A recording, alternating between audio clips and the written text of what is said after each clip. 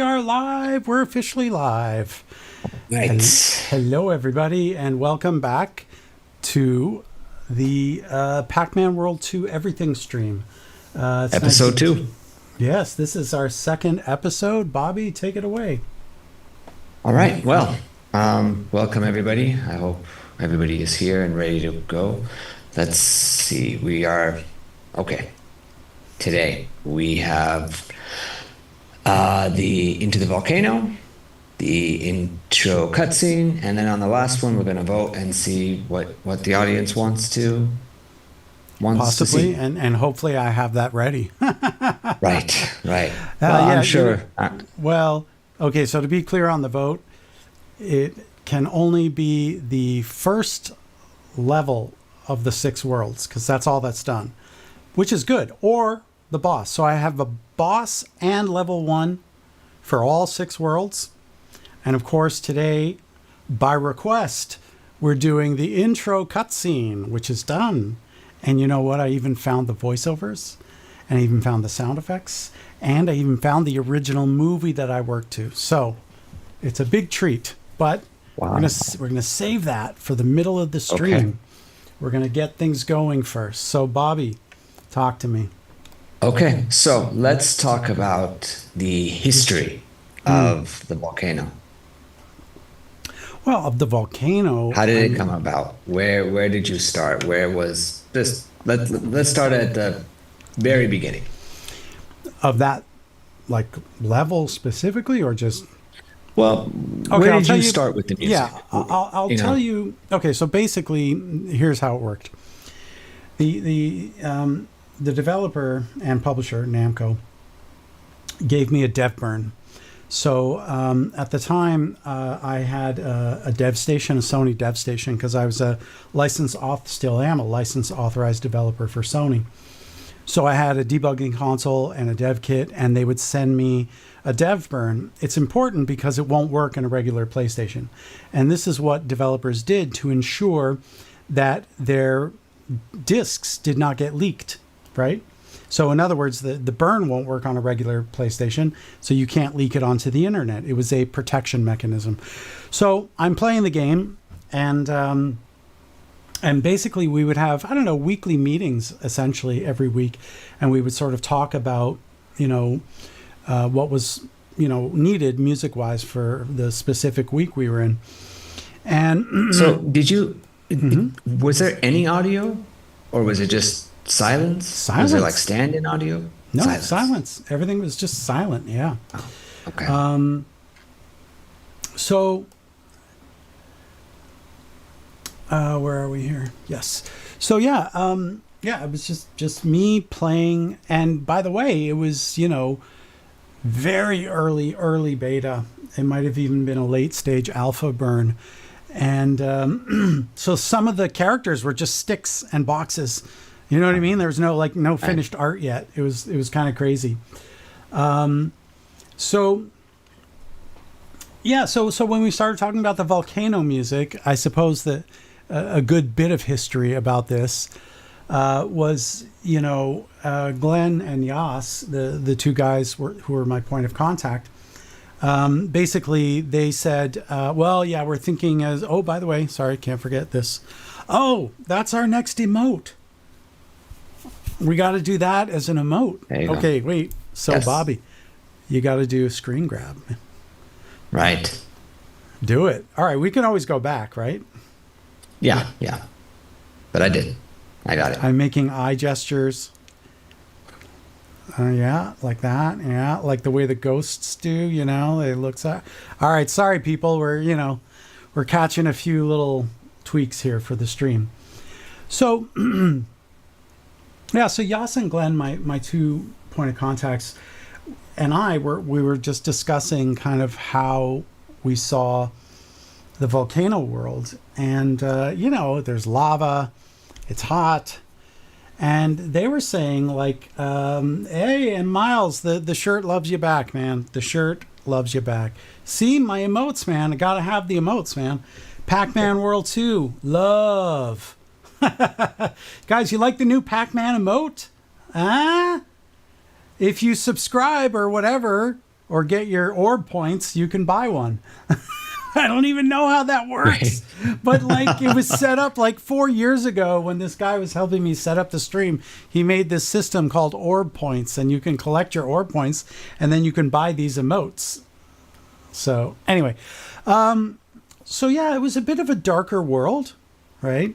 So, you have the forest and the treetops, which are all, happy and bright. The snow mountain, it's white. It's a light colored world. Even the music, the first music for that world is very light and positive. Now, spooky is spooky. That's like a whole other thing. But lava was specifically like a little bit darker than the other previous worlds, right? So the idea was darker, and I thought, all right, great. So I came back and I wrote some dark music. And they were just like, wait, change cameras here. Yeah, that's a little too dark. And so now, famously, those are on the outtakes. So since we're talking about history, let's play the outtakes just to give a little context. Right. So that way, when we're listening to the other, and by the way, if I am not answering your chats, it's because it's like going too quickly and I don't have enough time to read, and I'm trying to also run the stream. But so if you do have a question, Bobby will pick it up and I will answer it. But for comments, keep going. I'm going to read them and I'm going to do my best. All right. So, so here we are, Pac-Man World 2, the outtakes. And we are looking for the oh, look at that. I have all this. There's like 5 different. We'll go with. Okay, so and by the way, this is also just a nice little, I don't know, tidbit for anyone interested. Asset management, right? So basically, whenever there's an A always meant approval. So A1 was approval mix 1, and so it went through 3 approvals before they finally said, yeah, no, it's too dark. And then I had to change everything. Poor me. Here we go. Here's Lava Main A1.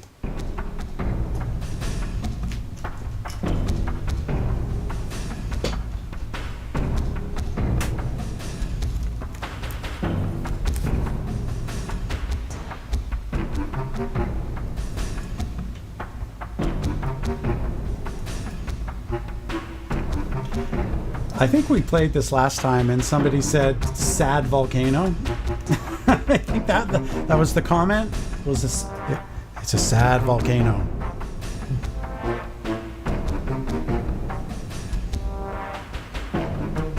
But I suppose pay attention to the drums, because all the drums got used. So those are. I'm a legend. Stop saying I'm too much of an insecure composer. I can't handle you're a legend. I am glad that you're hyped, though. That's awesome. All right, let's listen to the second approval mix.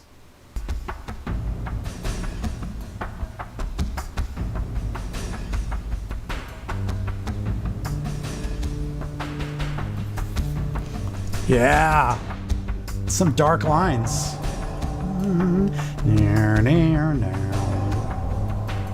Ooh, I like this. Okay, so long story short, the drums all stayed. So those all made it into the final.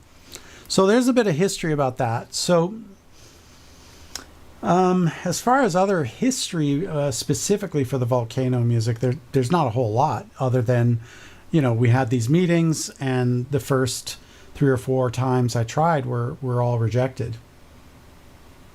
Until I finally got it right, which, of course, we're going to talk about tonight. Shall I jump in, or do you have other questions first before? Well, I do have one question regarding rejection. Yeah, fire away, man. I know Yas was very polite and very... polite, I don't know, but he was harsh, actually.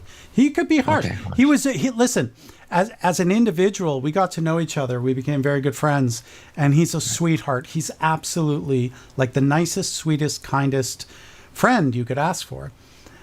But when it came on to professional mode, like, He's like, this is exactly what I want, and I need to have it. And that's it. Right. And he was not nice about it. So, yeah. Anyway. Okay. So my question is, they come to you and they're like, this isn't it. Right? Do they try to point you more in the right direction? Or is it just like, you're not getting it? I don't know. Go back and try again. Oh, that's a great question. And when I said that's all I know about the history of it, I was wrong. Oh, was I wrong? Let's look at the Pac-Man World 2. If I can find it. I have, because there was an Excel spreadsheet. And, oh my goodness, where is it? I have to find it now. Let me see if I can find it. It might be worth finding. I'll tell you what. Why don't we play the original, while I search for this, we'll play the original. Okay. Because if you're asking about the history, it's going to take me a minute. Well, it might not take me a minute. Let's see. Let's see if I can do it quickly. I thought it was here, and it's definitely not there. So, because literally there were, when they, in terms of pointing me in the right direction, oh my goodness, did they ever point me in the right direction? They would, like, there were pages and pages and pages of just comments. So let me see if I can find it. I'm going to go here. I'm going to go here, and I think in here, I don't know. Well, docs, here we are, I think. Music assets. Okay, kids, it pays to be organized. I found a file from 24 years ago in 20 seconds? Organize your hard drives, and then you too will be able to find stuff that quickly. Okay, so let me open this up. Again, I'm not going to open it up on camera because, well, for example, there are people's personal phone numbers and emails in there. I don't think that would be very good. Okay, so let's see. Now that those sensitive pieces of info are not on the screen anymore, I will share my screen. So yeah, this is it. This is what it looked like. This was a sheet tracker. And as you can see, there were certain columns here. There was the Namco status, the status. There was the name of the file, the asset name. And then this was, whichever issues from whichever day they made the comment. There was everything like the tempo information, the file type, the sample rate, as you'll see here. Everything was at 44.1. Who's the composer? Who's the publisher? Did it loop or not loop? I remember people were asking me that last time. And yes, everything looped. And then each version. And then, yeah, here it is. So this was the first note from the client. We really dig the general melodic vibe and the direction of the tune. I want to lose those hand drums. I don't think it's contextually appropriate for the piece. Can you please increase the tempo by about 10%? Can you consider adding a harpsichord, celeste, trills, and fills? Can you consider doubling this is where the polite part comes in. Can you consider? Everything was can you consider? Which is basically it's a respect thing. And the Japanese, especially the Japanese, have this whole thing about respect for one's profession. So in other words, you're not supposed to tell the composer what to do. You say, can you consider? It's a respect thing. But then, like I said, when push came to shove, Yas, he was a guitar player, right? So he knew about music, right? Right. Which is why that was going to be my next question. Yeah. Glenn was not a musician, but Yas was, and so that's why you see such detailed notes. Anyway, there were revision after revision after revision. Because this is a AAA game. The budget was really nice. It was probably to this day my best paying gig. And maybe there's one other that was better. But, that was one of the top 5 best paying jobs I ever had. And they had every right to keep sending it back until they got what they wanted. So yeah, that's a bit of the history. Okay, let's dive into the music. All right. So let's go ahead and we'll start off with the original as it was in the game. Here it is, Into the Volcano, original version.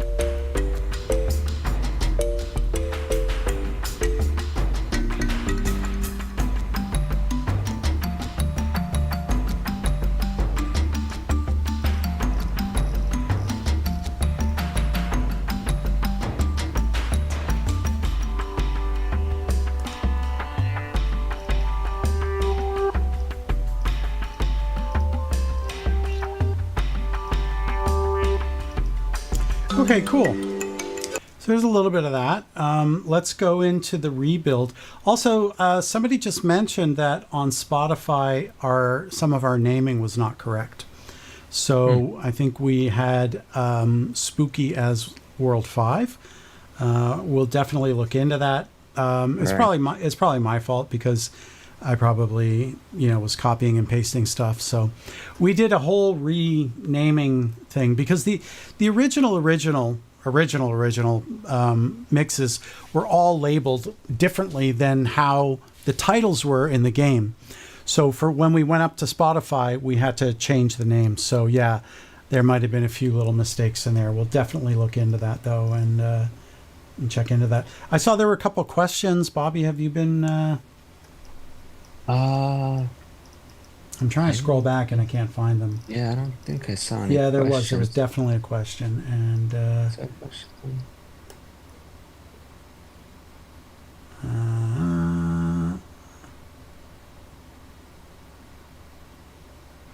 Okay, well, anyway, I'm sorry if I didn't get to. There was definitely a question in there. It was around when. Well, anyway, if anyone had a question, please ask again, and we'll try and get it answered for you. Okay, so let's jump now into the rebuild. Yes. So for the rebuild, I did my best, guys. Remember that it's not going to be a perfect 100%. Also, the live stream on Restream is frozen. It's a frozen. Yeah, just ignore that. That's okay. I'll just refresh the screen. Maybe that. Well, you could hit the play button, but it's fine. All right. Anyway, regardless, it's also frozen on Twitch. But okay, we'll check all this stuff going back. Is it frozen for anybody, or I turned them all on. They're all live now. Okay, so I will. All right. Very good. Cool. So let's see here. Hold on a second. Oh, this chat system is just crazy because now. All right, I have no chat. So, okay. But anyway, as I was saying, all good on my. Okay, very good. Oh, Froggy Llama, I remember you from ages ago. I have one chat window that's working, which is good. So, yeah. So By the way, look at all this new beautiful, all these beautiful skins I made. I made a whole bunch of nice new skins specifically for this stream. And I made this beautiful custom-made Pac-Man World 2 library. Awesome. So, yeah, as I was saying, I did my best to recreate this, as close as I could to the original, all things considered. Yeah, there was a lot to kind of cover, and this is blocking. So let me also turn that off. That's better. Okay, people can see a little better. Okay, so let's do this, I suppose. Let's listen a little bit to the rebuild, and then I'll break it down for you all. Oops, let's start at the right bar.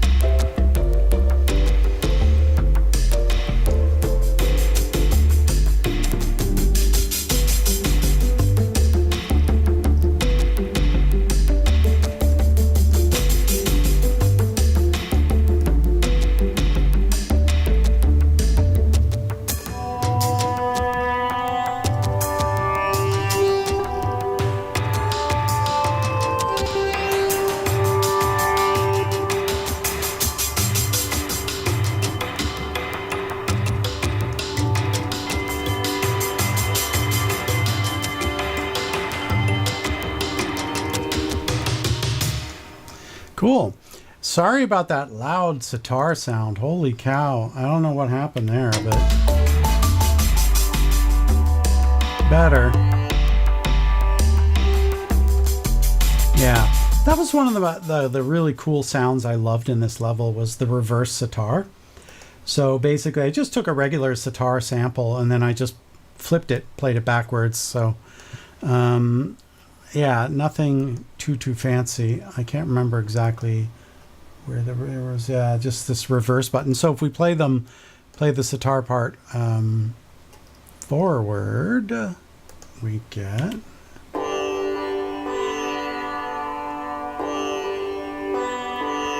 and then it just dawned on me, hey, why not try playing it backwards? You know?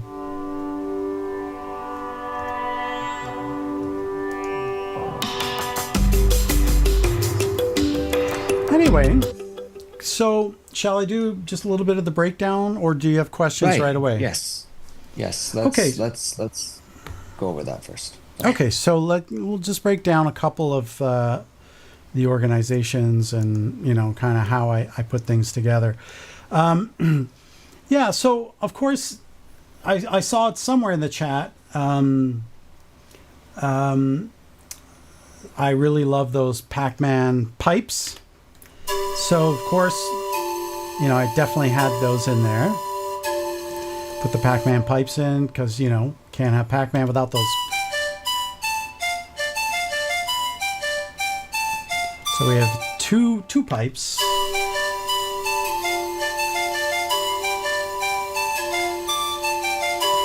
So we start there, then we work our way down. We get to the viola parts. And some of these translations from the old sounds to the new ones didn't quite go perfectly, so let me make adjustments where I see fit. So, oh, that's better. So let's see, let's save that also so it doesn't make that same problem the next time. Sorry if we have little problems here and there. It's, you know, it's not perfect, but you know, it's pretty damn close. So all right, so we have those nice plucky viola sounds. And you know, this is thickening out this I don't know what to call it exactly, but so this is the Roland XV3080, which is giving a nice color and texture. This is an old Roland synth that they actually rebuilt. It's called the XV5080, but it contains all the original 3080 sounds are all built in. So that was one of the sort of, you know, the patch is called Civilization for anyone in the program D65 Civilization. And then on top, I put a kalimba. So, and look at the pretty wallpaper. And I panned it off a little bit onto the left side and put the second kalimba, which is softer. And a similar problem I'm having here with the attack envelope is, oh, and look at that, the hold, everything is jacked here. Let's see, why is that? Really weird. Better. Okay, that's way better. And yeah, you got to understand, guys, these were converted, and then, you know, from sound libraries I used, like, you know, almost 30 years. Some of them are 30 years old. So the translations don't always go perfectly. So yeah, if you notice here, I've got two kalimbas, and I'm panning them left and right. Not too hard, just mid-left and mid-right. And then I'm mixing it with this Civilization. And the three together, along with those pizzicato violas,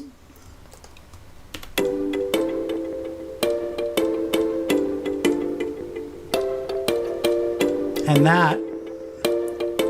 that's something else, guys. I'll say it because, you know, look, I generally, I don't like to toot my own horn too much, but that's sort of what I talked about last week when I was trying to build this world of some instruments that felt familiar, that felt like I sort of feel like that's familiar and comfortable. Because why? I've got pizzicato strings, African kalimba, and then a synthesizer. And 4 different sounds doing exactly the same thing, and all together we get this lovely texture.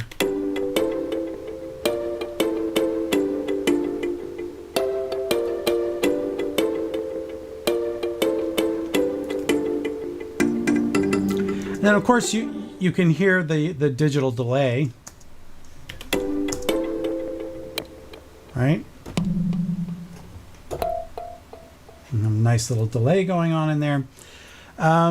Okay, cool. Now, one of my favorite instruments by far is the bass. The bass on this is just so cool. I love this bass. Best bass ever. It almost lacks traditional tone. It's a log drum, by the way. It's, but it's detuned. It's crazy. It's sort of non-existent. I'll tell you guys though. So this is called, this is a tuned log drum. So in the world of pitch classification, when we talk about the different kinds of pitch classification, only two actually. There's definite and indefinite pitch. So definite is do, re, mi, fa, sol, la, si, do. And indefinite is clapping and talking is indefinite. So the log drums are generally indefinite pitch, but there are definitely some tuned log drums. You can see this is just something I found on the internet of a log drum. This is basically what it looks like. But this one is detuned, and I played it down an octave. So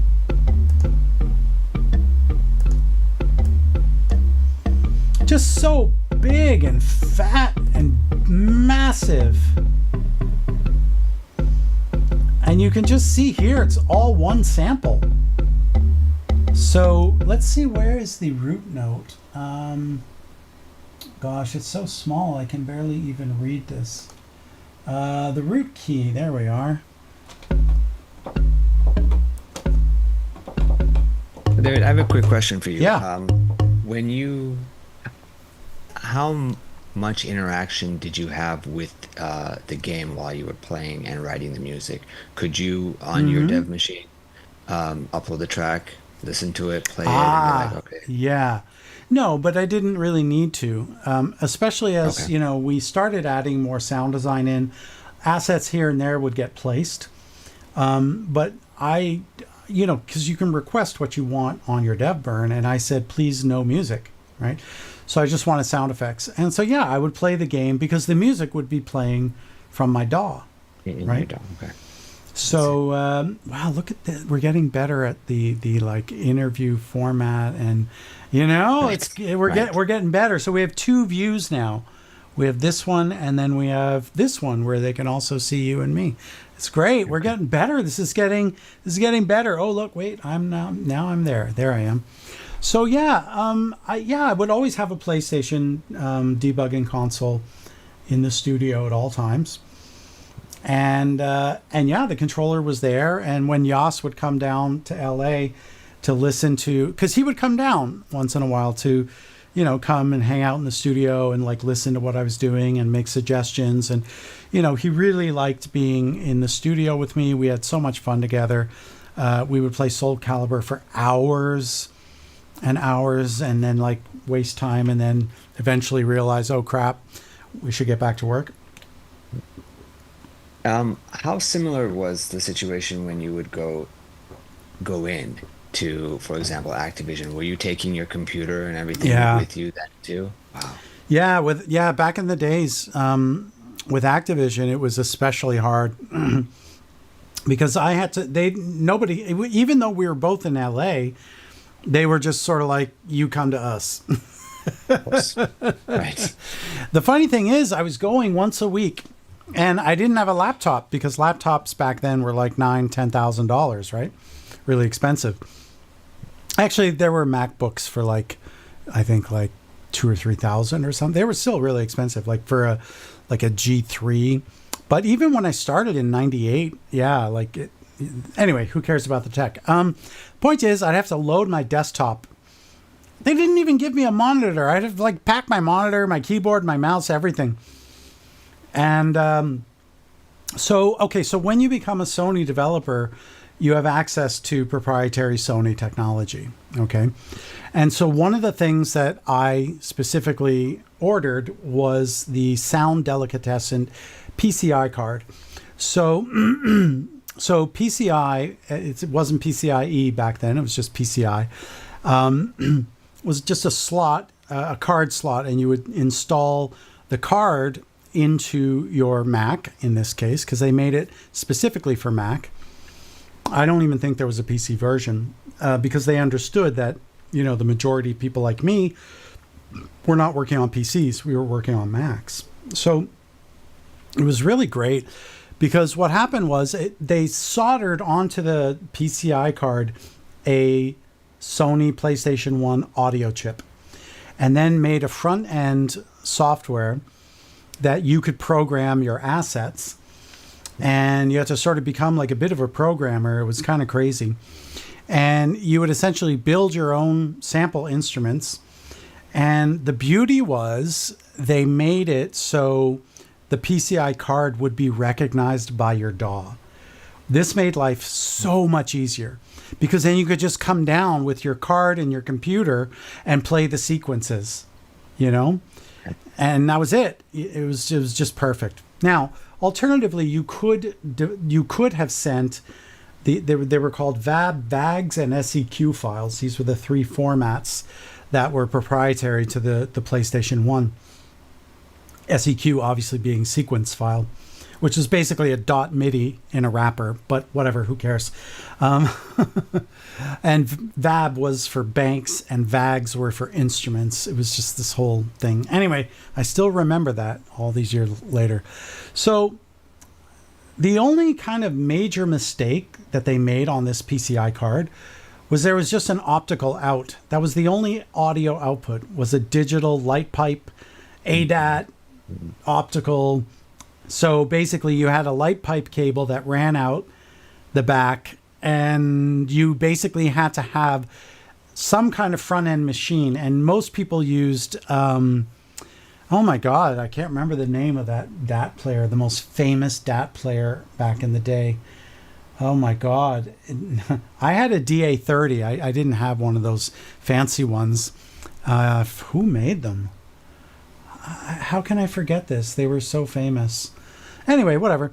So this one in particular had an optical in. So you'd put a DAT tape in, and then you'd put it into record arming mode. And that was the only way you could pass a signal through. It was quite complicated, but whatever. I wouldn't say complicated. It was easy. It was just cumbersome. Not elegant solution. So, yes, same. So basically, it's, you can call it Alesis, light pipe, optical, Sony. There's I meant four. the actual box you were referring to. No, that was the them? multi-track. That was the multi-track device. It was just a DAT, just a 2-track device. The Alesis, the Alesis was an 8-track digital recorder. Yeah, and then the Tascam, the 2-track was the DA30, and then the DA88 was their 8-track device. Okay. But no, there was a famous DAT tape, stereo DAT. I can't believe I forgot that. It's kind of bothering me. Somebody Google most famous DAT recorder ever. Not multi-track, stereo DAT. How can I forget the name of this? I remember everything else. I eventually bought one, and I remember feeling so proud when I bought it. I can't remember the name of it. Anyway. Yeah. Whatever. Nobody cares about DAT machines anymore. So yes, I would just pack up the truck, bring my my whole rig would all get packed up, and I would go down and and I would spend the day at Activision. I would hang out there. Got to use this multicam, man. I mean, if we're going to stream, let's use these cool angles. So, make it more interactive, right? Let the audience get a different view every time. And the thing was, I went down to Activision so often that eventually they got me a security pass to the campus and a parking pass. Because they were so sick of having to come down, meet me, sign me in. You have to sign in through the security protocols and all that. They got so sick of it, they're just like, all right, you know what? Here, take a parking pass. We're going to get you a security badge so you can unlock the building. It was like, I was an unofficial Activision employee. And I'm still part of the Activision alumni group on... But Namco was up north, right? I didn't go to Namco. No, they came down to me. Okay. Yeah. And they came down to me because they wanted to be in the studio, and they realized, okay, now let me explain why. I'll explain why. Why is it that Namco came and Activision didn't come? Because what I was doing was I was making a soundtrack that was being played off of the Sony sound chip, the internal Sony sound chip. And the Pac-Man World 2 soundtrack was full pulse code modulation, 44.1 wave files, which means that I couldn't bring my studio up to them. Whereas because, I had the mixing console, I had all the, the hardware devices in the rack. And so it was really, it was basically impossible. But with Activision, all I had to do was bring a computer with that PCI card installed, and the whole studio was with me. It was a mobile studio, basically. And because it didn't require any of my outboard gear, because it was all done with MIDI, as opposed to this, which is MIDI triggering samplers. Does that make sense? I mean, theoretically, even with the PlayStation, it was still MIDI triggering a sample. I have a canker sore on my tongue, so if I slur my speech, everybody, I swear I don't do drugs. It's true. I don't drink, smoke, or do any kind of drugs or any kind of gambling or any kind of bad things. Why my girlfriend loves me so much. And I have my life is so boring. I have no secrets. I have nothing. Like, any given time, like, I don't care what's on my computer screen because it's never exciting. Unless it's the stream. That's exciting. Yeah, the difference being is that MIDI triggering samplers and a DAW and outboard gear, that's the difference, outboard. Whereas with the Activision games, it was all on a card. The sampler was on a tiny little sound chip on a card, which meant the studio was literally just your Mac. That's it. And the card. That was just 2 years difference, right? Well, okay. So, I mean, it's such a huge leap. But this is, yes, a great question. Here's the thing, okay? So this is hard to explain. And we're going to have to do another stream all about this because it's so fascinating. Okay, I am not a big famous video game composer. I'm very whatever. I did a handful of AAAs. I've done more iPhone games than I can imagine.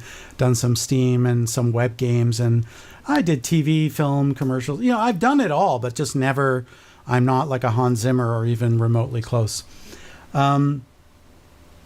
But I do hold one little title. I am the first composer in history of all the world and the universe to do streaming interactive MIDI music on the PlayStation. No one had ever done it before me. And so that it wasn't so much of the difference between the 2 years.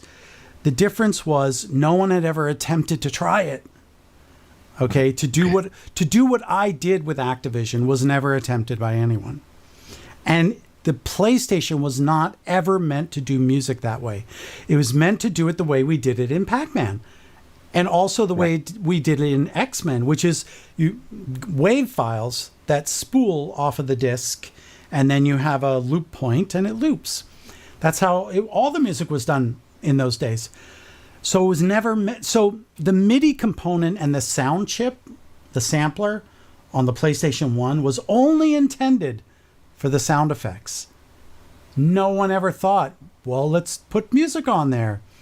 Until a group of very ambitious producers and programmers at Activision decided to make me their little guinea pig.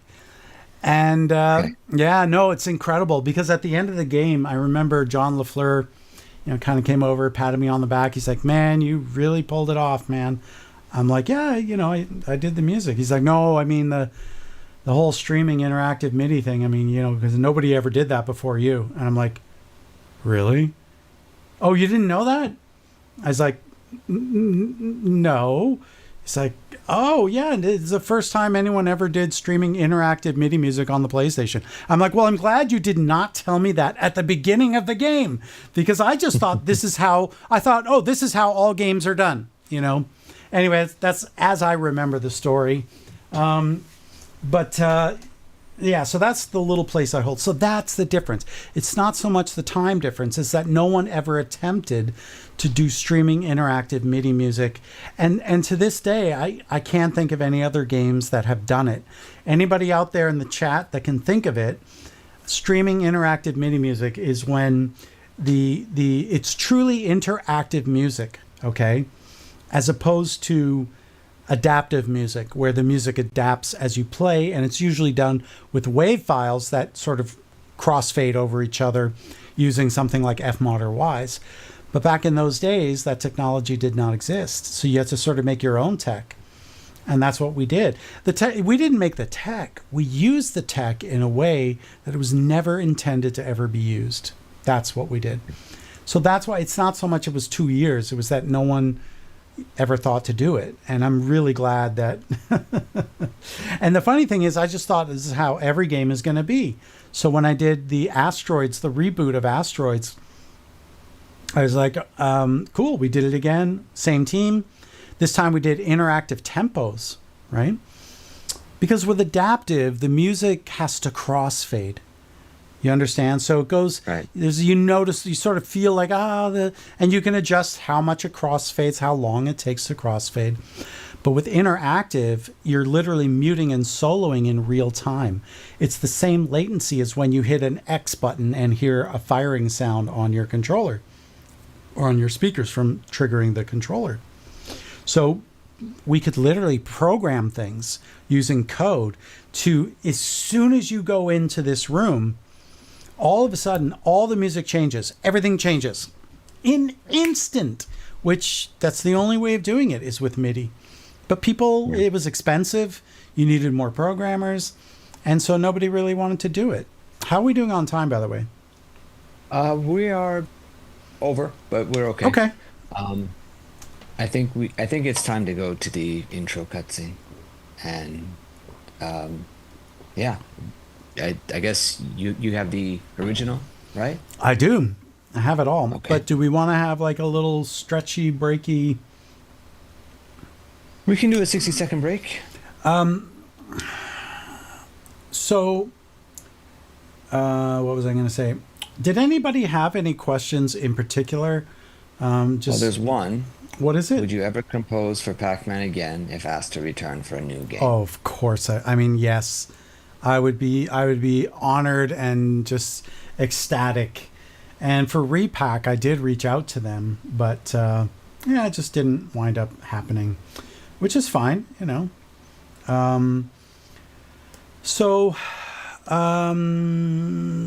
Any other questions? And I might need more than 60 seconds, so but let's go ahead and we'll let me actually wait before we do that.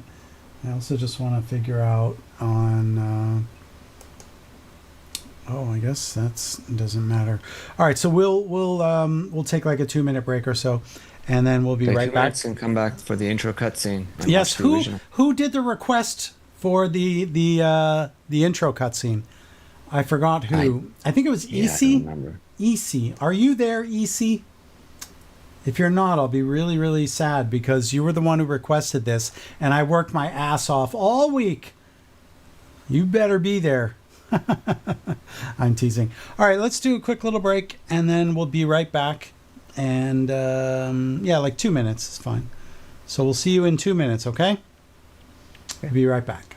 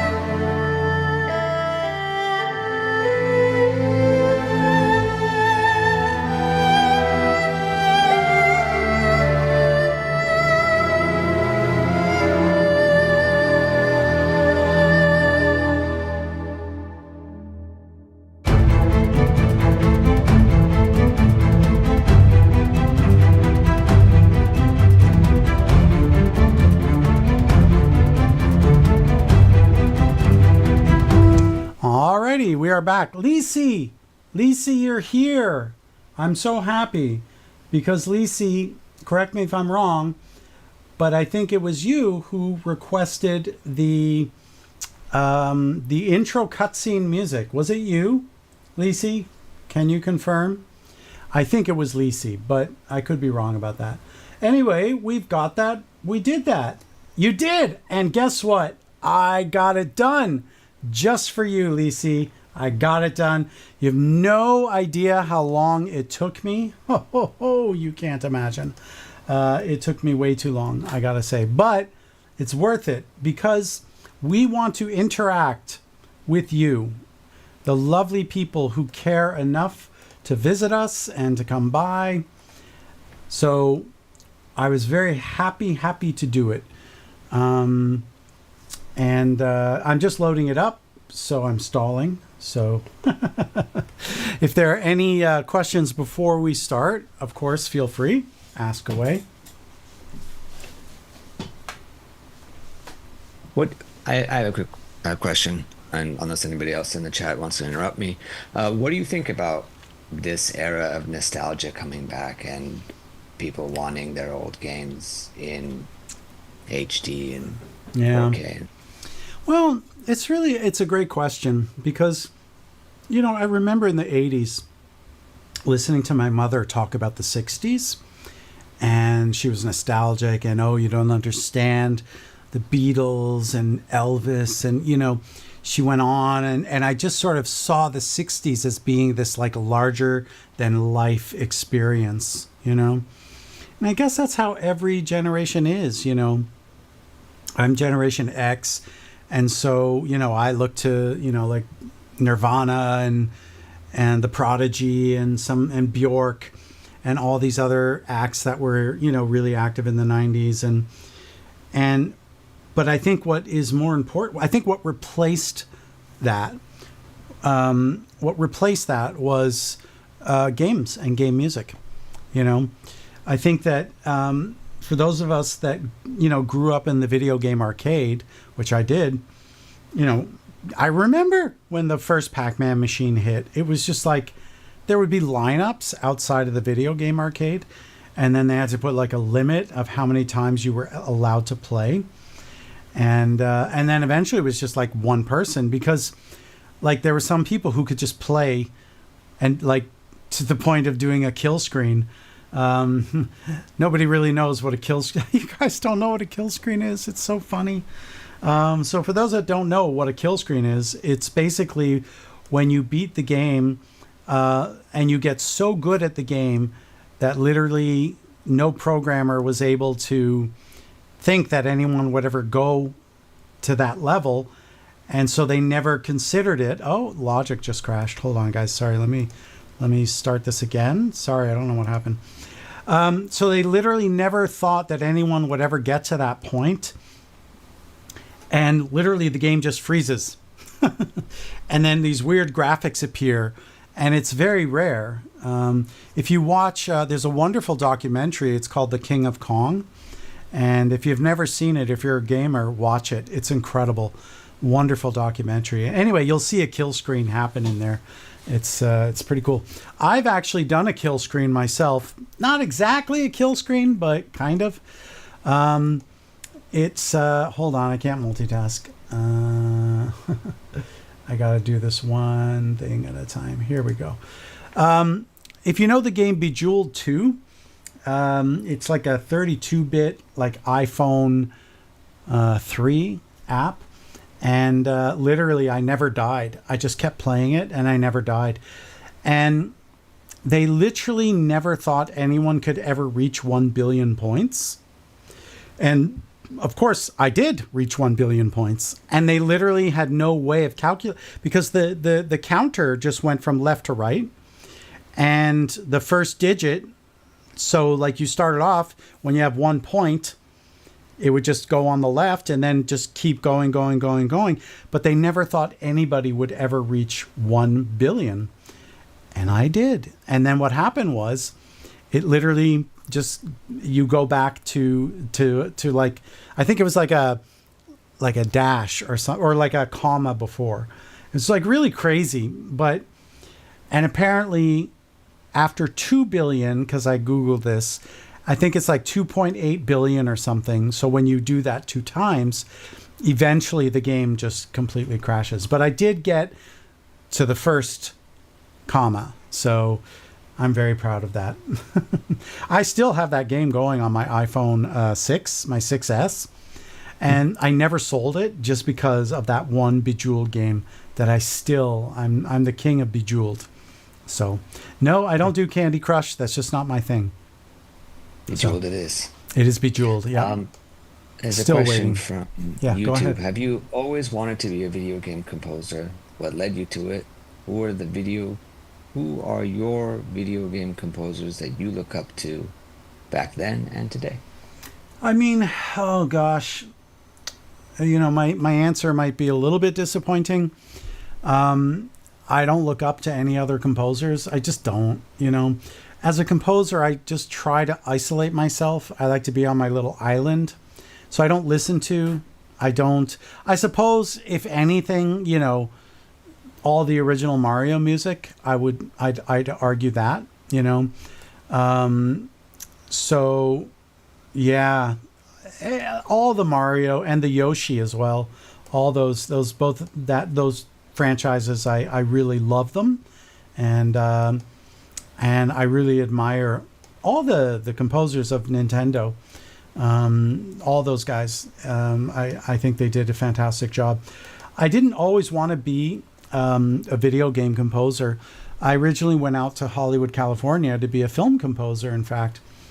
But there were all these major studios out there, Activision, etc., Treyarch and whatnot.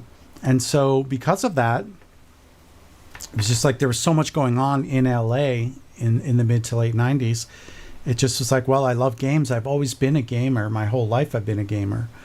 So it just made sense to me. And the funny thing is, at the time in the 90s, in the mid to late 90s, all these game studios were trying to make interactive films. They wanted their games to be like interactive cinema. So they were trying to get people that had skill in the area of cinema. And because I had a film scoring degree, because I worked in television, I'd done film and stuff, I was a natural fit. Right? By the way, I have everything ready to go. It's all loaded.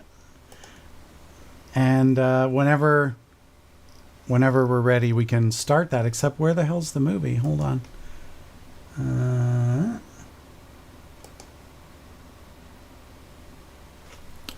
Oops. What happened to them? Where's the movie? Oh, it's right over there. My Twitch was blocked. My OBS window was blocking the movie. So I'm ready. Isi, are you ready? This is for you. So I'm not going to play the original. Let's just jump into the remake, man. Yes. Or do we? Let's do the remake. Okay, because I got pretty damn close. And now let's watch the whole thing. I hope there's no mistakes in here. And we're going to watch it with no voiceovers or sound effects. So just the music only, all right, to start. And then we can always go back and we can add whatever we want. So I'll put the movie sort of like half of the screen-ish so you can also see a little bit of the MIDI as well. Let's do that. And then I'll share my screen here. And here it is, guys, for the first time in, oh my gosh. So I'm going to start right where the music kicks in. And yeah. Easy. This song gets stuck in my head all the time. I watched this cutscene nonstop as a kid. Well, you're about to see it in a whole new way. Here we go.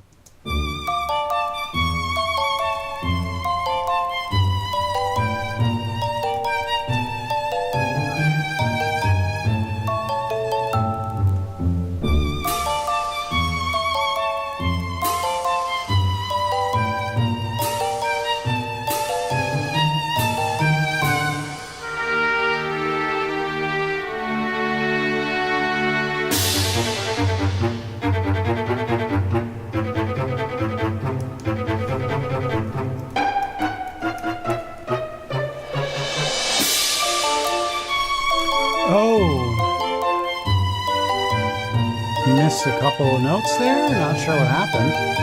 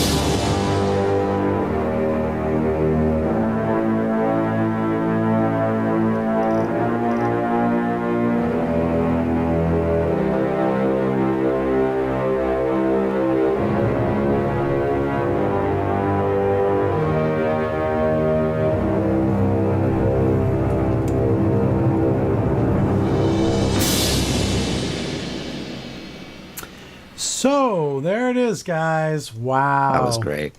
Wow. It's been a while. That was very cool. Thanks, man. So I saw a couple of comments in there about the Miroslav Orchestra. So yes, I had the Miroslav back in the day. That violin, the solo violin was Miroslav, but believe it or not, the majority of the stuff, well, first of all, for the straight orchestral stuff, it was the Roland. The Roland 760 library actually was my main workhorse back then. I owned the Miroslav, but I always found the Roland because look, the Roland, and by the way, I'm just getting a little geeky nerdy here on people, but which is fine. The Roland Orchestra was done by Peter Sidliacek, and he was sort of the main competitor to Vitos Miroslav. And so back in the day, you sort of, to be a professional composer, you needed both.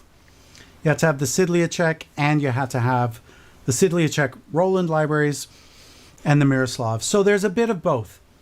But most of the percussion stuff was always my own. I had my own sort of special custom-made sounds, and especially snare drum, because I was an orchestral, classically trained percussionist, and so I'd always do my own like live instruments.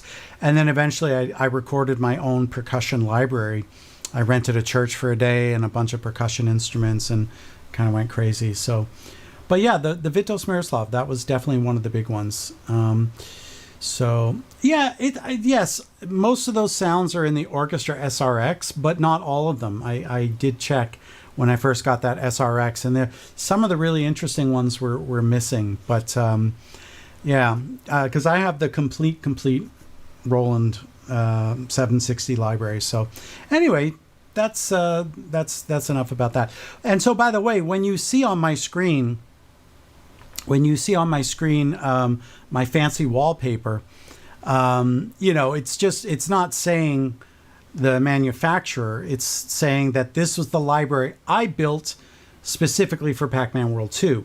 So some of them are my own custom sounds that I made, but the point is, this is the library I put together to make the game, and that's what the wallpaper is all about.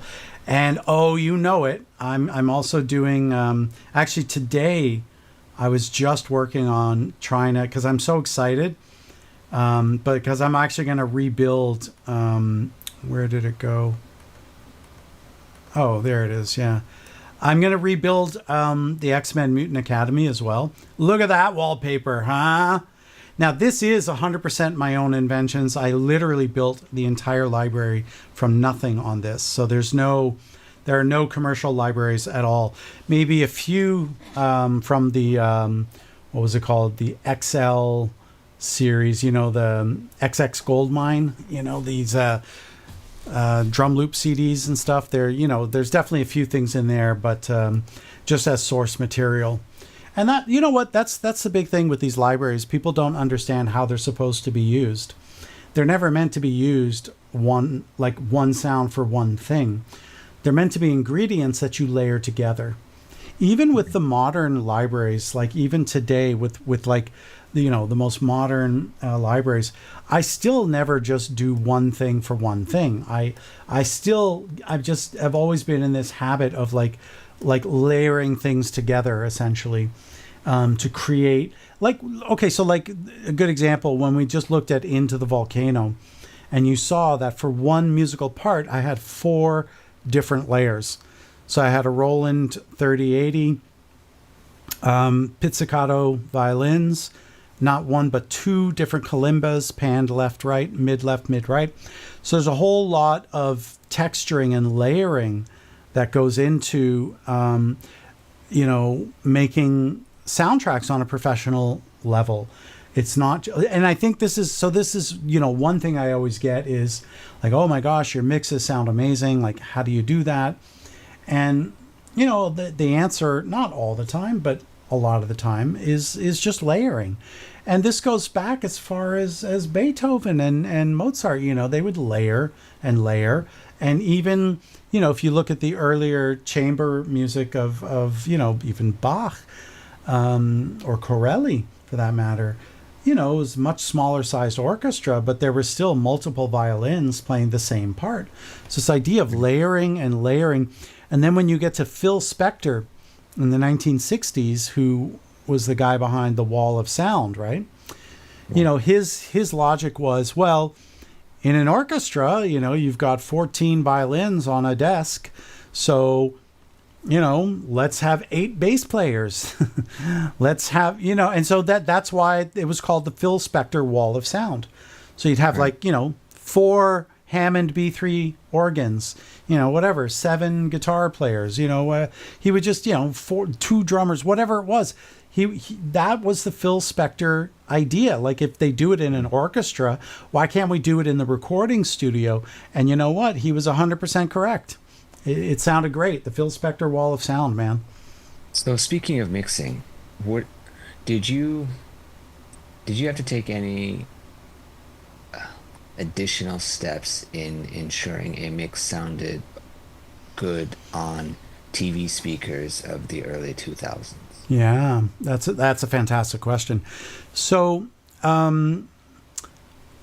so in every professional studio in LA, and you know, I worked in a few, you know, when I did bigger projects, I would, you know, like album projects, I would need to like book studio times.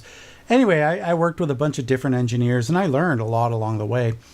Also, one of my dearest friends from high school was the assistant to Bob Clearmountain for 7 years. Yeah. And Bob Clearmountain, for those that don't know him, is one of the greatest mix engineers ever. Okay. And he's worked on just like, you name it, he's mixed it.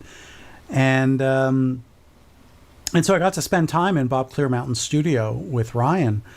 And I learned a lot from Ryan. And then another guy I worked with was Justin Smith. And we would work in this studio called 1-on-1 South in LA. Beautiful Neve console. Anyway, every studio I worked in, I saw these tiny little square speakers, perfectly square. You know, square in terms of like their box, but, you know, a little speaker in the center. And they, you know, I thought, what are these? It turns out they're called auratones. And engineers would call them horror tones. Aha, get it? Play on words. Auratone, horror tone. And these were these little speakers. So basically every studio, you have 3 sets of monitors. Your mains, which are like built into the walls. Your near fields, which like you can see here, these are my near fields over there. And then you had the horror tones. And sometimes you might have an optional set. So essentially the auratones were there for leveling, And if your mix sounded good on the Auratones, it will sound good on anything, basically. And I knew some engineers where the last 30 minutes of the mix, they wouldn't even use the mains or the near fields. They finish completely on the Auratones, you know. And so for me, to this very day, I have Auratones in the studio, not real Auratones, but they're actually these really crappy Laptec computer speakers, like really small and tinny and thin. But man, they're quite accurate to find out my you know, it used to be that like the iPhone was like sort of like if it sounds good on the iPhone, then it'll sound good on everything. But now the iPhone, actually, the speakers are so good that it's no longer, it's not a good test anymore, because you get a lot of way more, like double the frequency response you did from the iPhone of, you know, 2008 and 9, right? So, yeah, so that's how I got it to sound. And by the way, the ultimate test was, you know, when I would get dev burns that eventually did have music, I would just play and, you know, like doing the car test, which is what you always do when you're mixing an album, does not apply for a game because nobody's going to play Pac-Man in their car. It's just wasn't a thing. So you didn't do that. So the replacement to that was, you know, testing on your Auratones and then on a television, you know. Regarding the intro cutscene. Yeah. They gave you the final video up front, or they gave you like a test video while they figured it out, where they was like going back and I forth. think as I recall, I think the company was Super 78, I think was the name of the company. They were like a post-production facility. I think they were called Super 78. I don't know if anybody wants to Google that for me, but anyway, so most game studios, at least back then, they did not do their own in-house animation for cutscenes. They would always outsource it. And I think the name of the company was Super 78. I can't remember now. Anyway, so then I was working with a post-production company in conjunction with Namco. So yeah, every time they would make, and I found actually some of the old animations that were like, again, like stick animations. And I'm not going to show them. I thought about this. I'm not, because I would hate it if somebody played like a shitty old crappy mix of my music. I'd be pissed off, man. I'd be really mad. I don't mind playing my old mixes on this stream, sure, to connect with the audience, but without the permission of the original creator, like I wouldn't want someone doing that to me. So I'm sure as much as everybody wants to see those animations, it's not happening. I love you guys. I do. I love you all. I just don't love you that much. Hey man, Pac-Man love. Pac-Man love from Orb Soundworks. You know, we got every emote, man. Look at these emotes. Look at the crazy emotes. These two look nice together. I like the way this looks. This is good. Pac-Man World 2 music, huh? Like that? Ah, mixing up these emotes, man. So yeah. And you know, like back in the day, that cutscene was like absolutely cutting edge. It was gorgeous looking, you know. And now it obviously looks crappy, but I don't know. I think it looked pretty good. I was going to say it still holds up, but compared to like, you know, some of the insane like Unreal stuff that you see, you know, I guess what makes it still hold up is that it's like sort of in an animation style. Right. So it still holds together, I suppose. Yeah. So anybody else have questions or want to know anything? Or Roggy Lama wants to know, what's your favorite biome in Pac-Man World 2? My favorite what? Biome. Like world? I guess so, yeah. Gameplay or music? Music, it's spooky. Spooky for me is the best music in the whole game. And then in second place for gameplay / music is the Treetops. I love the Treetops. Yeah. So, Okay. yeah, like the Bedoing Woods. Superstarman 25 has asked if we are planning to release the remastered tracks, and I said we have some exciting news about that coming up. Yeah. Well, should we I'm just not talk sure if we're about ready it? today. Well, I Well, can think we have can we announce what our intentions are? We well, did we gave last time. We did it on the we first did, we stream. did, we did. So let's talk Yeah, about it yeah. again. Okay, So well, we're good. let's Go ahead. talk about it, man. So, Go well, ahead. Bobby, okay, why don't you start, and then if Well, I I think feel the you, most exciting thing, like we said last time, is that we plan to get a live orchestra to do some, hopefully all, of the tracks. Um, that we will record and release.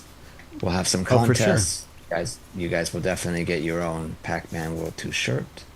yeah. Um, some other But stuff. We're it- still it's hashing not it all out. it's not going to be this shirt though, because No only one can have that shirt. only one in person. the world. I'm the only Right. one in the world who There's can only have one it, person. because nobody else wrote that music but me. I was Right. not like on a team of composers. It was just me. That's it. So, yeah, I'm the only one who gets this shirt. Sorry to be an elitist, but but yeah, there'll definitely be something. We'll do something like I won this T-shirt on the Pac-Man World 2 live stream. I don't know. We'll think of something Right. clever. Right. Yeah. So Lisi says only one deserves that shirt. Ah, that's right. Thank you, EC, for supporting me. So yeah, so I guess the idea. Okay, so the way I see it, we're gonna do this in 2 phases. We're gonna do what I'm calling repack the right way, where we're gonna take all of this music that's been. I wouldn't even call this repacked. I would call this packed. This is the packed, because I took the old files and packed it into Logic, right? Okay. The repack of this music will be like, hey, how would you make this music better now that you have all this technology that you never, I didn't have any of this. I mean, I had a lot of the hardware, but I didn't have, there was no such thing as Logic. And certainly the idea of a round robin sample, that didn't exist back then. So there's a whole lot of technology. So how would I make Pac-Man World 2, the packed version, how would I improve on that and make it better? So that's going to be repacked the right way. And I guess maybe this is repacked, and then the next step is repacked the right way. Yeah, that makes more sense rather than this is the packed version. So this is repackaged because it's now in Logic. And then, yeah, I think how would you make it better and improve upon it? And that will be a series of streams, by the way. And all of you, will listen to everybody, anyone that has a suggestion. And it will not be a repack by committee, though. It'll just be like, oh, yeah, that's a cool idea. So if I don't use your idea, you can't get upset and angry at me and then stop following me. Because that would make me, I don't know. It would make me really mad. And you don't want to make me mad. Do you want me to be mad? Well, I don't have a sad emote. So actually, I was going to say sad, but I realized I don't have a sad emote. Hey, David, real quick. The Newman from Packland says, do you have I think he means a cut track, an unreleased track named Packatraz? Not mine. What I do know, I believe on the Sony PlayStation 2 version, when you rip all the music out, there's some absolutely crazy mystery track, and nobody knows who wrote it, apparently.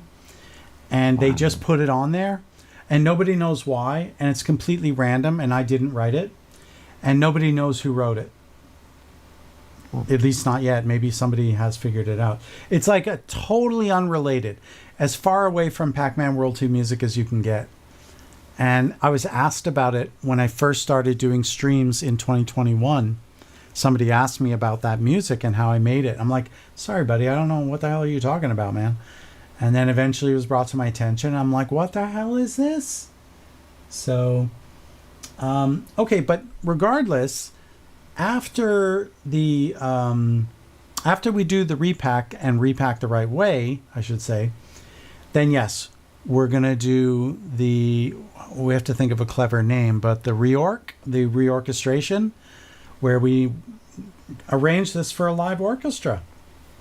You know, which I think would be super fun. You know, which will it'll be very challenging. Like, how would you do into the volcano with a full orchestra? That would be really hard, actually.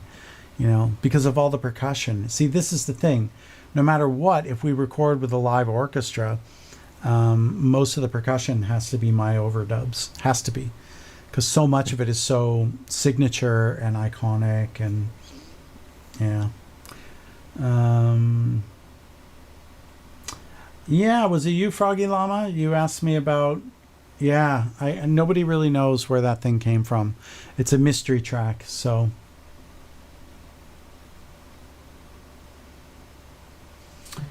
If I hear a Pac-Man World 3 repack, is here going to be new songs? I don't know. I don't know if the Pac-Man World 3 is going to have new songs or not. I really hope that this stream gets super popular and people at Namco catch on to it. And then they're like, damn, that David Logan is really passionate about the Pac-Man. He's got a lot of love for the Pac-Man, you know? So... we should hire him to do new music for the Pac-Man World 3. Wouldn't that be amazing? Doing original music again for Pac-Man? That would be a dream come true. Oh yeah, I got to sit out a little more like this so you can see the shirt. We haven't gotten a lot of really good angles with the shirt, no? Got to get the shirt. We got to get this shirt on the stream. We got to give it more love and attention. Uh-huh. Uh-huh. Right? Zach, there it is. Oh, yeah. Look at that shirt, man. Oh, camera 2. Oh, speaking of the thumbs up, I gotta find those pictures. Remind me for the next stream. Right? At E3. At E3, yes. I have some photos of me at the Namco booth playing Pac-Man World 2 with like the biggest smile on my face ever. Here it is. Oh, you found the crazy file, huh? All right. That's crazy, man. Yeah, it's a really crazy track. I'm not going to play it on the stream because, again, not my music.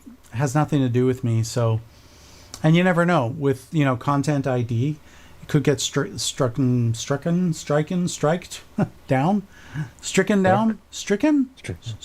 I don't know. Who knows? How do you say that? Dude, photos of the lost E3 beta would be the absolute biggest effing thing to happen. I have them. All right, should we do it right now? Should I look?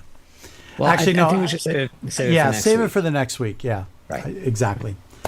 I think yes, I will, but it's just a photo of me. It's nothing special. Wow. But it is this. There's a photo of the booth, and I'm playing the official beta at E3, man. So it's kind of an iconic photo of me. Right. And I'm like totally Hollywood. I have like leather pants and little dreadlocks. It's like really, yeah, man. I mean, I didn't mess around. I had these like biker leather, not like chaps or anything, but like really nice leather pants, like thick leather pants. They were awesome. I love those pants. And okay. Yeah, guys, we'll bring it for the next one. Okay. So I guess if there's any other last questions, final questions before we wrap up the stream. I think we have to give them 30 seconds or so. Yeah. For that catch up to where we are. But we're like exactly at an hour and a half, Bobby. We're catching our stride, aren't we?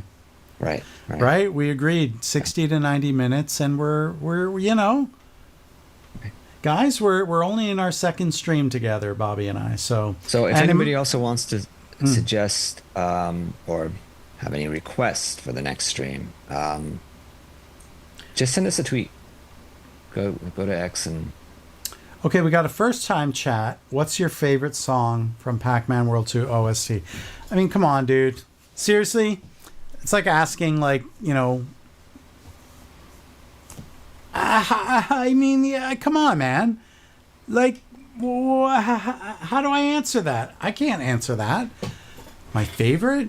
Okay, like gun to my head. Sophie's Favorite? choice. Yeah, I was going to say something about that, but that's such a dark movie. Um, gun to my head moment. I'm going to go with Spooky Boss. Yeah, man. The Spooky Boss. It's so iconic, man. It's so iconic. And, musically, I did so many interesting things, like even just orchestration wise, there was so much going on. But then the level music is also quite good as well. But Spooky Boss, gun to my head moment, absolutely my favorite, if I had to. But Bedoying Woods, man, that's kind of an amazing track also. And Into the Volcano. But yeah, go on, Bobby. Spin Music asks, do you know what Clicky Hats is from? Clicky Hats. Yes, I do. There was a disc back in the day called Percussive Adventures, and it was on there. And there were two places it comes from. One of the two patches, I don't remember which one. There was it was called Comedic Effects, and the other was called Benny and June. And I sampled out of one of those two presets. I don't remember which one. Wow, there's a whole bunch of new... what is it? We threatened to end the stream and we get all these new first-time chatters? Not exactly a question, but I'd love to see you rearrange the song from other world games. Like Pac-Man World 1 and Pac-Man World 3? I'm sure you'd be interested, but I have no interest in doing that whatsoever. Last time you covered a track from each world except Ocean. Yeah, we have Ocean. That was going to be our kind of like backup, but we didn't use it. So next week we could start with Ocean. I have no problem with that. Yeah. I'll write that down right now. Yeah. So we'll do that for next week, okay? For sure. There's a whole bunch of people chatting and I'm like missing it. It's going so fast. So let's just go through this here. Lisi said, Spooky is peak. What did you say? Is peak Pac-Man World 2? That's awesome. That's a good comment. What am I missing here? I got you guys chat too fast.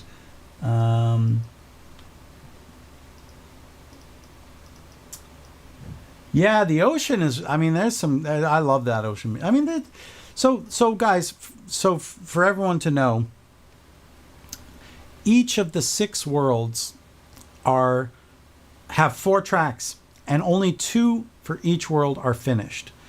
A level 1 and a boss. So my next task is going to be to resurrect level 2 and 3 of all 6 worlds. And then, of course, now we have the intro movie, which was pretty epic. Thank you, EC, because I was really happy to bring that one back to life. So...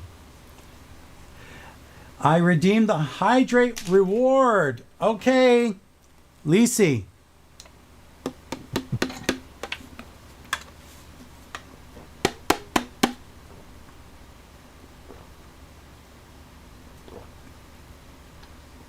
I really hydrated.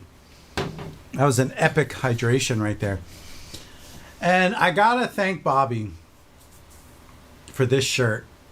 Bobby, thank you, man. You are a scholar and a gentleman and a great business partner. And I hope I'm not too much of a handful for you, with all my requests. And how do we do this in OBS? How do we do that in OBS? Poor Bobby. But he is our, he's a composer and our technical director. So, he's, required to handle a certain degree of technology stuff. So, first time chat, Pac-Man. Okay. Sure. Posture check. Posture check. All right. You're redeeming your rewards, huh? Posture. How's my posture? My posture's good. Well, you know what? I think we got to do this for the posture check. Let's do an epic. You guys ready? First of all, I'm a Jedi Knight, and I am trained in the ways of the Force. Watch. Ba da da da da. Da da da da da. And the desk. Yes. So posture. Huh? So there it is. Yes, the desk. Okay. For those who are asking the question, why are his studio monitors so high? Because I usually mix standing up. And there it is. That's why. So I try to spend a certain amount standing and a certain amount sitting, because it's really deadly to sit for too long. So, oh, look at that. The shirt is right in camera when I stand. So that's good. Did you like my terrible singing of the Force theme? I thought it was great. Excellent. Well, any other final questions, you guys, before you should do a shirt that says, I love the music from Pac-Man World 2. For all the fans. For all the fans, for sure. I mean, Yeah. you know, the thing is, it's expensive to print shirts, number one. And so we're going to have to figure out a way that if you really, really want one, either we'll have like a little merch shop, or if you guys can help us.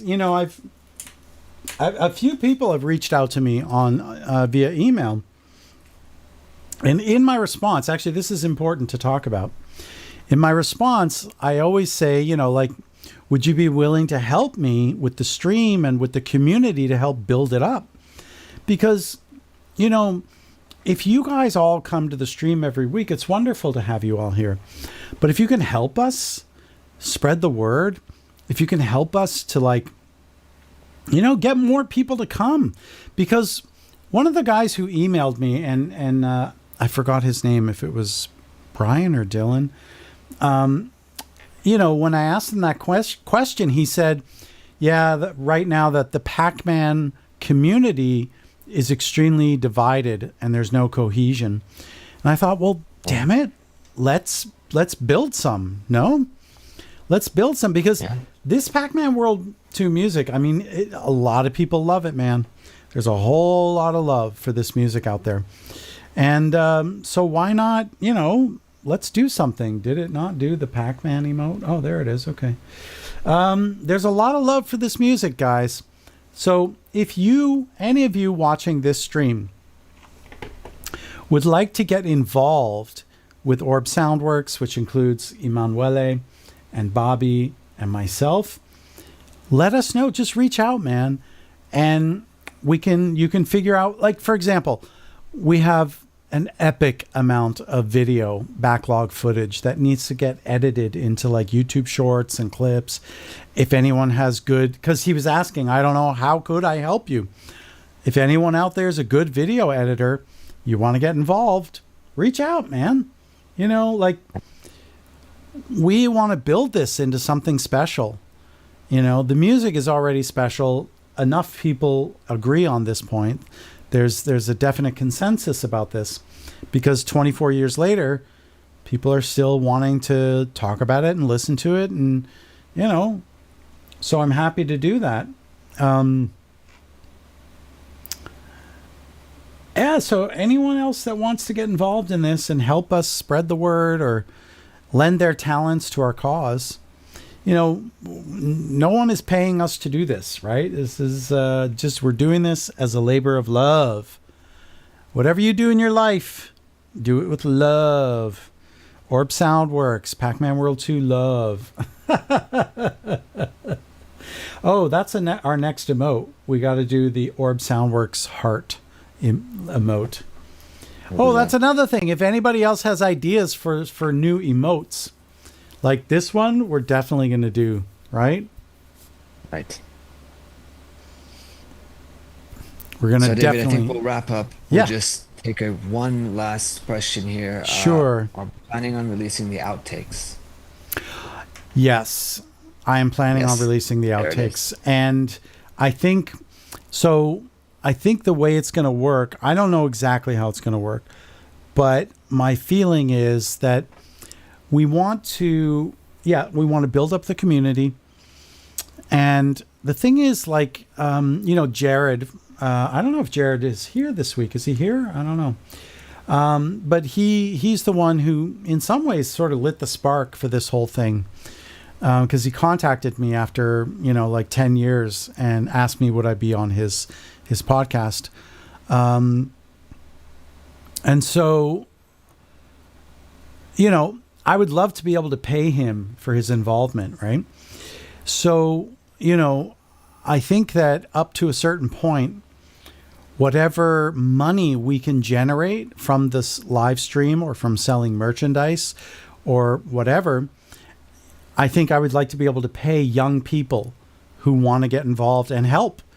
And that could include anybody watching this. If you want to get involved to build the stream as an income source for you, 100%, we can do that. And so the outtakes would be a wonderful thing if we do like a Patreon, for example, like support me at this level and you get the outtakes, and support me at this level and you get one of the shirts, with Orb Soundworks logo, Pac-Man, and whatever your choice. And of course the back, and you can sort of customize, I don't know, something. So I think that would be a good use of the outtakes, as like something for like a paywall, but not like a bad one, like a good one, like a Pac-Man World 2 one, because I streamed for free for 3.5 years and, it was a pleasure, but I got really busy and, career really picked up and then I couldn't do it anymore. So it's nice to be back. So yeah, I don't know if we can generate some money from this stream so that we can pay people to help us make the stream even bigger and spread more awareness. Because guys, if we want to record with a live orchestra, it's not cheap. It's really, really expensive. Okay. And so if you guys can all help us make this stream more popular by telling your friends, retweeting, post it, put it on your Snapchat, put it on your Instagram.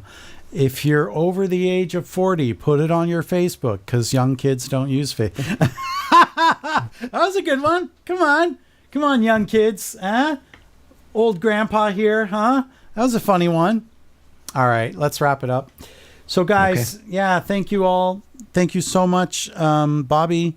Thank you as well for always helping and being there. And yeah, so I don't know. That's it, I suppose. Good. Can I do one thing though that I always end my I used to always end my stream with this. Do you remember? This guy over here? Yeah. Yes. So, but is this going on the stream or yeah, finally. All right, there it is. So guys, this is something I once said to a young student of mine. And, because she asked me about, like now that I finished school, like, what is my purpose, And I said, well, the purpose of anyone's life is to find a purpose, which gives you meaning. And then the meaning of life is to find some meaning. And she wrote it down on this little placard and she sent it to me. And I thought it was so lovely and thoughtful of her. And so I always ended my stream with this. And I think, what do you think, Bobby? Should we revive this? Are we bringing it back? 100%. 100%. So right. I would always end the same way, although I don't have the Star Wars credit roll, but we're getting there, right, Bobby? We'll get that next week. So right. There it is, guys. So I think that the purpose of life is to find some purpose in life. And I think the meaning of life is to find, am I paraphrasing? Because I don't actually see it. Okay. The purpose of life is to find some purpose in life. And the meaning of life is to find some meaning in life. There it is. So guys, thank you again all for coming. And next week, I suppose, yeah. I literally, my whole Twitch window is like hidden behind layers and layers of stuff. Oh, there it is. Okay, I got it. We're good. All right, guys, we'll see you same time next week, same channel, and